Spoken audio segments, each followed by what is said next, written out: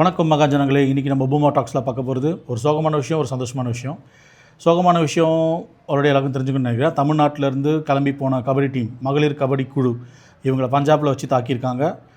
Points சம்மந்தப்பட்ட சில doubts, சில கிளாரிஃபிகேஷன் பேசும்போது அவங்க கோச் முதற்கொண்டு தாக்கப்பட்டு கோச்சை ஜெயிலில் வச்சு மாணவிகளை தாக்கி அந்த வீடியோ நீங்கள் எல்லாருமே பார்த்துருப்பீங்க. அதுக்கு தமிழ்நாடு கவர்மெண்ட் வந்து சில நடவடிக்கை எடுத்திருக்காங்க. ஓகே, அதை நான் அக்செப்ட் பண்ணுறேன், நல்ல விஷயந்தான். ஆனால் இது ஃபஸ்ட் டைமில் இந்த மாதிரி பல வாட்டி நடந்திருக்கு. ஏற்கனவே டேபிள் டென்னிஸில் நம்ம பையன் ஒருத்தன் கையில் பட்டுடுச்சு, இது பாயிண்ட் அக்செப்ட் பண்ண முடியாதுன்னு சொல்லிட்டு ஆக்சுவலாக அவன் கரெக்டாக தான் சொல்லியிருப்பான். அதுக்கு அந்த ரெஃப்ரி என்ன சொல்லியிருப்பார்னா அன்னோன் இங்கிலீஷ்ன்னுப்பார். அன்னோன் இங்கிலீஷ்ன்றது அவர் ஸ்கூலில் அப்படி தான் சொல்லி கொடுத்தாங்கன்னு நினைக்கிறேன். சரி, அது விஷயம் கிடையாது. அதுக்கு அர்த்தம் என்னடானா, எனக்கு ஹிந்தி தான் தெரியும், தமிழ் தெரியாது, நீ சொல்கிற இங்கிலீஷ் எனக்கு புரியலன்னு சொல்கிறாரு. அதுக்கப்புறம் நம்ம பையன் கோவப்படுவான், டென்ஷன் ஆவான். கடைசியில் அந்த மேட்ச்சில் நிறைய ஸ்கோர் பண்ணுவான். ஆக்சுவலாக அவன் தான் ஜெயிச்சான்னு நினைக்கிறேன். பட் இதை தமிழ்நாட்டில் நிறைய பேர் இது ஸ்போர்ட்ஸ்மேன்ஷிப் இல்லை, இது அவன் பேசுறது தப்பு, அவன் அசிங்கமாக பேசியிருக்கக்கூடாது, அந்த மாதிரி சொன்னவங்கலாம் இப்போ இந்த கபடி டீம் பசங்க அடி வாங்கினதுக்கு நம்ம ஊர்லேருந்து போன கோச்சு, நம்மளோட டீச்சர்ஸ் அடி வாங்கினதுக்கு என்ன பதில் சொல்ல போகிறாங்கன்னு தெரியல.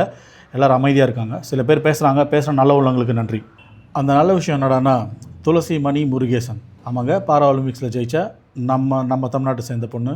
அவங்களுடைய அந்த எஃபோர்ட்டு, ஆக்சுவலாக அவங்க ஒரு டாக்டரு, ரொம்ப ஏழ்மையான குடும்பத்துலேருந்து டாக்டருக்கு படித்து ஒரு பேட்மிண்டன்ற ஒரு காஸ்ட்லியான ஸ்போர்ட்ஸ் எடுத்து எவ்வளோ ஸ்ட்ரகிளுக்கு அப்புறமா அதில் ஜெயிச்சு, ஏன்னா அவங்களோட ஃபேமிலியோட சுச்சுவேஷன் ரொம்ப ஃபினான்ஷியலி டவுனு. ஸோ அதை தாண்டி இன்றைக்கி இவ்வளோ பெருசாக ஜெயிச்சு அவங்களுக்கு அர்ஜுனா அவார்ட் அண்ட் JFA அவார்டும் கொடுத்துருக்காங்க. ஸோ ரொம்ப சந்தோஷம் இந்த மாதிரி ஒரு பொண்ணை ரெக்கக்னைஸ் பண்ணுறாங்கன்றது. பட் இதே மாதிரி எவ்வளோ டேலண்ட்ஸை ரெக்கக்னைஸ் பண்ணாமல் போயிருக்காங்க அப்படின்றதையும் நம்ம யோசிச்சு பார்க்கணும். நான் லாஸ்ட் வீடியோவில் சொல்லியிருப்பேன், இந்த பலூன் அக்கா, இந்த எக்ஸட்ரா அக்கா பற்றி, இவங்க போடுற வீடியோஸை பார்க்குறவங்களை பற்றி நான் அடுத்த ஒரு வீடியோ போட்டிருப்பேன். ஆக்சுவலாக இது வேஸ்ட் ஆஃப் டைம் தான் நினைக்கிறேன். அவங்க வீடியோ போடட்டும், எப்படி வேணால் போடட்டும், பார்க்குறவங்க எப்படி வேணால் பார்க்கட்டும், இது பிரச்சனை இல்லை.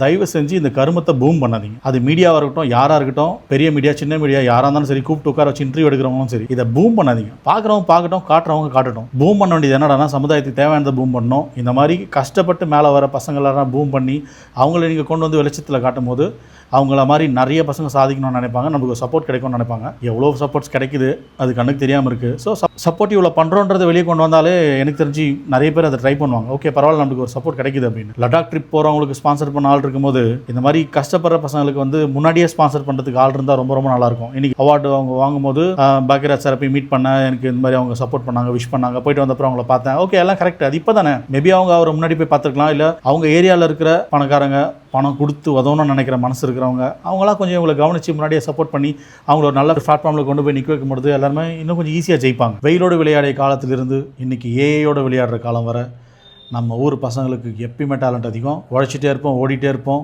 ஜெயிப்போம் வரும்.